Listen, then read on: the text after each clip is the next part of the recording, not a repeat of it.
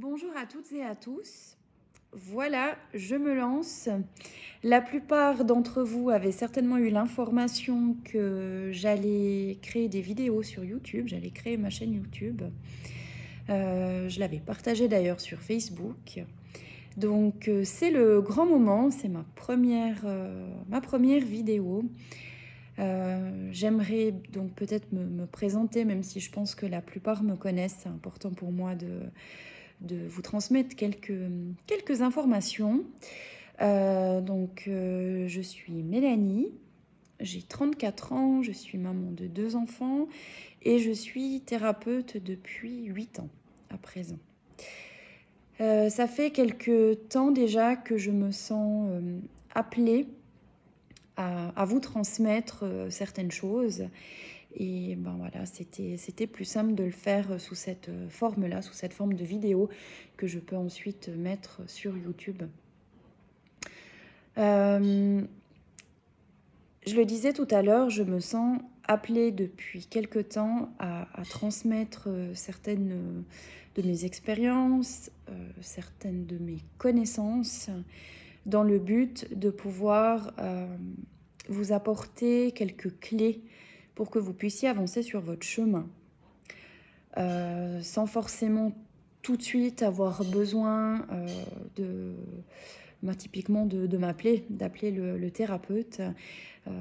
Ça peut être des exercices que je peux vous transmettre, ça peut être différentes clés, notamment dans le domaine énergétique, pour que vous puissiez déjà par vous-même amener certaines compréhensions dans le but d'avancer. Voilà, c'est important pour moi. Je pense que nous avons tout ce qu'il faut en nous pour à quelque part pour guérir. Maintenant, c'est pas toujours évident de savoir par quel bout commencer. Voilà pour ce qui est de ma brève présentation. Le sujet que je souhaite aborder, c'est le sujet de l'âme et de l'ego. Alors, je tiens vraiment à préciser que je parle en fonction de ma vérité. En aucun cas, je n'ai la vérité absolue, donc il est important que vous soyez à l'écoute de vos ressentis. Si je vous dis quelque chose et que ça ne vous parle pas, c'est que ce n'est pas pour vous ou que ce n'est pas pour vous pour le moment. Nous sommes tous, je pense, dans un chemin différent, dans des élévations différentes, et peut-être qu'un sujet ou une information que je vais donner aujourd'hui pourra peut-être vous parler d'ici 3 semaines ou 3 mois. Donc si ça ne vous parle pas, ne prenez pas, je n'ai pas la vérité absolue. Je vous parle avec mon cœur, je vous parle avec mes connaissances, et c'est important que vous ayez votre propre ressenti. Une chose aussi, durant ma carrière professionnelle, si je puis dire, il y a des choses qui me paraissaient évidentes à un moment donné et qui, avec le temps, ne l'étaient plus autant, dans le sens que, tout bouge, tout est en mouvement, tout évolue, et quelque chose qui est comme ça aujourd'hui ne le sera pas forcément demain. Voilà, ça c'est important aussi que je puisse vous le dire. Donc aujourd'hui, j'aimerais aborder le sujet de l'âme et de l'ego. Beaucoup de personnes pensent que l'ego, c'est se sentir supérieur aux autres. Alors l'ego, c'est un petit peu plus complexe que ça. L'ego, finalement, c'est quoi ? Eh bien, pour moi, ce sont nos blessures. Nos blessures qui sont le rejet, l'abandon, l'injustice, l'humiliation et la trahison. Et lorsqu'on vit ces blessures, évidemment, on n'a plus envie de souffrir, pardon. Donc, on va se protéger. On va se protéger, on peut mettre des masques, on peut mettre un bouclier, on peut se cacher derrière un mur pour ne plus souffrir. Et ça va générer le fait qu'on n'est plus dans notre authenticité.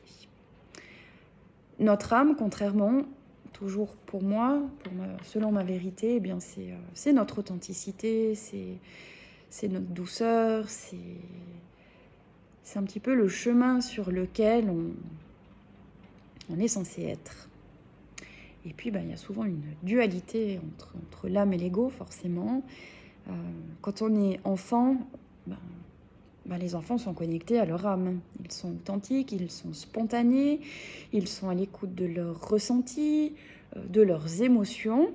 Ce sont des êtres véritables. Et puis, c'est tout enfant, comme tout humain, va vivre des blessures. Je pense que ça fait vraiment partie de notre... de ce qu'on a décidé, de ce qu'on doit vivre pour pouvoir avancer. Et lorsqu'on va vivre ces blessures, on va petit à petit se refermer. Et c'est notre ego qui va nous pousser à faire certains de nos choix. Notre ego, c'est comme je disais tout à l'heure, pour moi, ce sont nos blessures, ce sont nos peurs. Et je pense que ça a dû arriver à beaucoup de personnes de tout à coup se sentir plus très bien, par exemple dans son travail.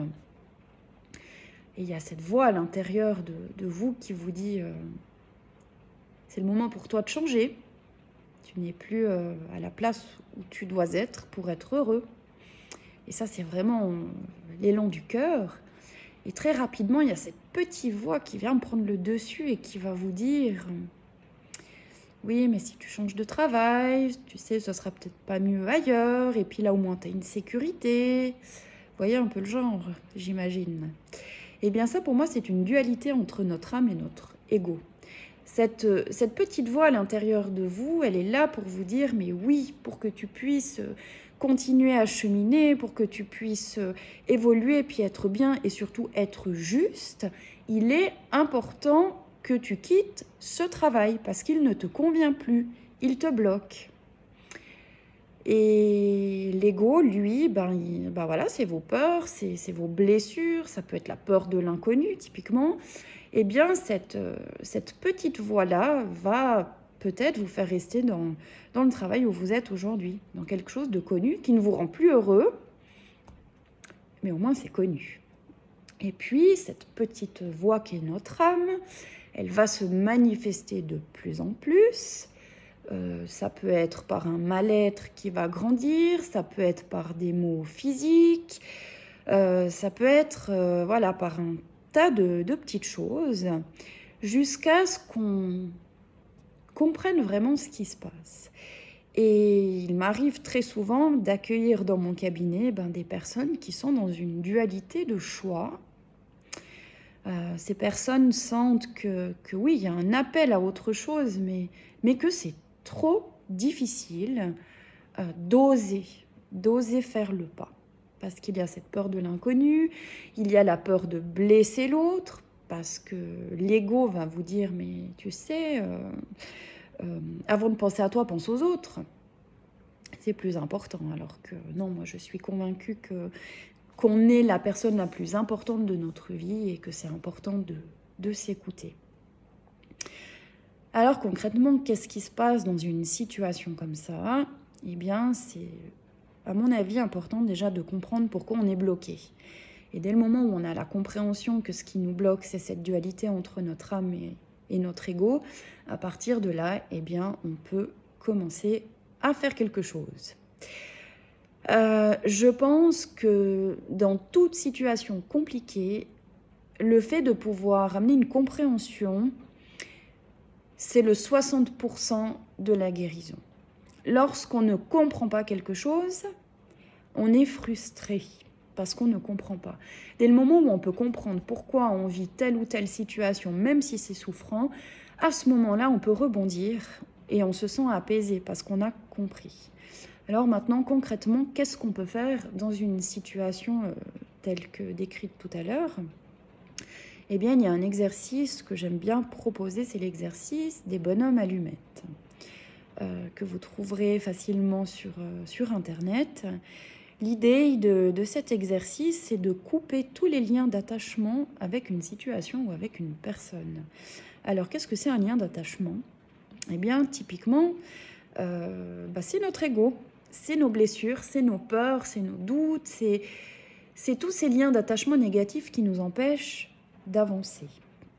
Et ce qui se passe, c'est que si vous êtes confronté à un choix avec lequel vous n'arrivez pas à trouver une solution, le fait de faire cet exercice des bonhommes allumettes va couper en fait tout ce qui est négatif, tout ce qui n'est pas juste. Et dès le moment où cet exercice sera fait, eh bien, vous allez certainement voir que l'évidence va arriver. Très souvent, avant de faire cet exercice, on se sent complètement perdu, on tourne en rond, on ne sait plus du tout quel chemin emprunter. Et puis un peu comme par magie, eh bien, après avoir fait cet exercice, l'évidence est là.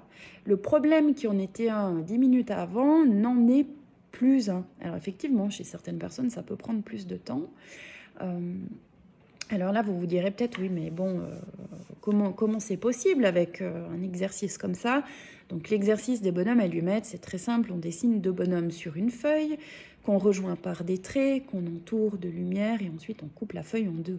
Donc bien sûr, on peut se dire comment c'est possible qu'un simple dessin puisse nous libérer à ce point? Eh bien, tout simplement parce que tout est énergie. Ces liens d'attachement, concrètement, vous ne les voyez pas. C'est comme une émotion, on ne la voit pas. Par contre, on la ressent. Et ces liens d'attachement, on peut les ressentir sans qu'on les voit. Parce que moi, je pense que ce n'est pas parce qu'on ne voit pas les choses que ça n'existe pas. Donc, de faire cet exercice des bonhommes allumettes va simplement libérer des choses sur le plan énergétique. Et dès le moment où c'est coupé sur le plan énergétique, eh bien, dans la matière, ça se fait ressentir. Donc ça, je dirais, c'est une des premières clés que je peux aujourd'hui vous transmettre. Donc là, je vous ai donné l'exemple d'un changement de travail. Ça peut être également en lien avec une personne et notamment avec vos enfants. Par moment, on sent qu'il y a trop de tension dans une relation, que ce soit avec nos enfants, avec un conjoint, avec un parent, un ami ou n'importe qui d'autre. On sent que la relation, elle grésille un petit peu, comme si vous mettez une chaîne radio sur la mauvaise fréquence. Excusez-moi. Voilà. Une chaîne radio sur la mauvaise fréquence, ben, c'est pas très agréable à écouter parce que ça grésille. Et bien, dans certains liens, on se rend compte qu'il y a des choses qui sont plus OK, puis que ça grésille sans qu'on comprenne vraiment d'où ça vient. Alors, par exemple, de faire les bonhommes allumettes, eh bien là aussi, ça va venir libérer tous les liens d'attachement qui génèrent ces tensions. Et ça va permettre de ramener un certain équilibre et surtout un apaisement. Donc c'est un exercice que vous pouvez faire absolument avec toute personne ou avec toute situation. Cet exercice, souvent on me dit oui, mais moi j'ai pas envie de faire avec mes enfants, j'ai pas envie de couper le lien d'amour. Alors ce qui est fantastique avec cet exercice, c'est que jamais, au grand jamais, ça ne coupera le lien d'amour. Pour moi, un lien d'amour ne peut jamais être coupé. Et justement, de faire cet exercice, eh bien, ça peut amener encore plus de lumière, plus de force dans ce lien d'amour. Parce que ce lien d'amour, on peut imaginer que c'est un fil lumineux sur lequel il y a des cailloux. Et de faire cet exercice, eh bien, ça va simplement enlever les cailloux. Ces cailloux, ça peut être justement notre ego. Et le fait de libérer cet ego, eh bien, ça peut nous ramener à notre vérité, à notre authenticité qui est notre âme. Voilà, ça c'est une des premières clés. J'aimerais juste aller un petit peu plus loin dans l'âme et dans l'ego.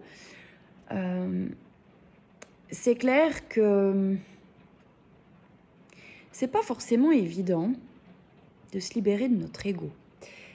J'aimerais prendre une image qui représente pour moi assez bien ce que je vous explique depuis tout à l'heure.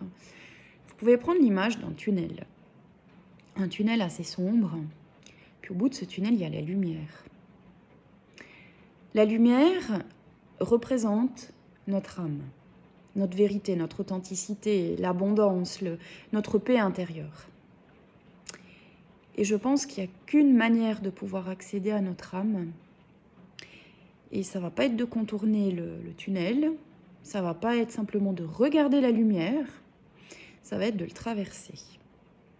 Et souvent, ça fait peur de se dire, je vais devoir traverser tout ça. Parce que depuis petit, on a tellement été habitués à refouler nos émotions, à les fuir, à mettre ça de côté. Oui, parce qu'à quelque part, c'est plus facile pendant un temps. Je pense qu'on ne peut pas fuir toute notre vie ce qu'on ressent. Ça peut venir de nos parents hein, qui ont fait au mieux avec ce qu'ils avaient, ça c'est évident, mais voilà, qui nous ont peut-être jamais permis de nous exprimer, d'exprimer ce qu'on ressentait au fond de nous. On devait montrer une image de nous qu'on n'était pas pour convenir à la société ou aux désirs ou aux attentes de nos parents. Donc c'est clair que de se dire, bon, je vais aller rebrasser tout ça, c'est pas forcément facile et ça peut faire peur. Mais il y a une chose que je peux vous dire, et ça, je le vois aussi toutes les semaines au cabinet, c'est que finalement, le plus souffrant et ce qui fait le plus peur, c'est de stagner. C'est de rester devant l'entrée du tunnel. Dès le moment où on s'arme de courage et qu'on se dit « Ok, bon, je vais aller voir ce qui se passe à l'intérieur », on se rend compte que c'est moins difficile que ce qu'on avait imaginé. Et moi, je pense, alors ça ne regarde que moi, que le plus difficile, c'est d'être dans le doute. Quand on est dans le doute, on n'avance pas, on recule pas, on stagne. Et en tout cas, personnellement, pour moi, c'est ce qu'il y a de plus difficile. Dès le moment où on prend une décision, quelle qu'elle soit, même si on sait qu'elle va pouvoir, qu'elle va amener plein de changements et que effectivement ça risque de pas être facile, eh bien au moins on avance. On est de nouveau dans l'action et on est de nouveau dans l'énergie, j'ai envie de dire, de vie à quelque part. On n'est plus en train de stagner. Donc effectivement, ça peut faire peur d'entrer dans ce tunnel, mais je pense que c'est la seule solution pour arriver à atteindre notre âme. À l'intérieur de ce tunnel, qu'est-ce qu'on va trouver ? Eh bien, on va trouver nos blessures, on va trouver nos croyances limitantes, on va trouver nos peurs, etc. Et mon travail, eh bien, c'est d'accompagner, de vous accompagner à l'intérieur de ce tunnel pour vous permettre de prendre conscience de qu'est-ce que vous avez vraiment vécu. Très souvent, lorsque j'aborde le sujet des blessures qui sont générées durant l'enfance, ça arrive fréquemment qu'on me dise « Ah non, mais moi j'ai eu une enfance super, mes parents ils ont été super, franchement, pour moi il n'y a rien à régler. » Et je dis simplement « Ok, on va aller voir. » Et on se rend compte que très vite, en fait, on s'était fait une image qui n'est pas réelle. Dans le sens que lorsqu'on est un adulte, on a un certain détachement. Et effectivement, on peut prendre du recul par rapport à certaines choses qu'on a vécues. Puis typiquement, on va se dire, il y a peut-être eu ça et ça, mais finalement, par rapport à ce que mon voisin il a vécu, c'est pas grand-chose, donc je peux pas me plaindre. Oui, effectivement, ça c'est l'adulte qui le dit. Lorsqu'on se reconnecte à ce que j'appelle notre enfant intérieur, et ça je vous en parlerai dans une prochaine vidéo, quand on se reconnecte à cet être que l'on était durant l'enfance, on se rend compte que les blessures sont là. Et les blessures peuvent être surprenantes.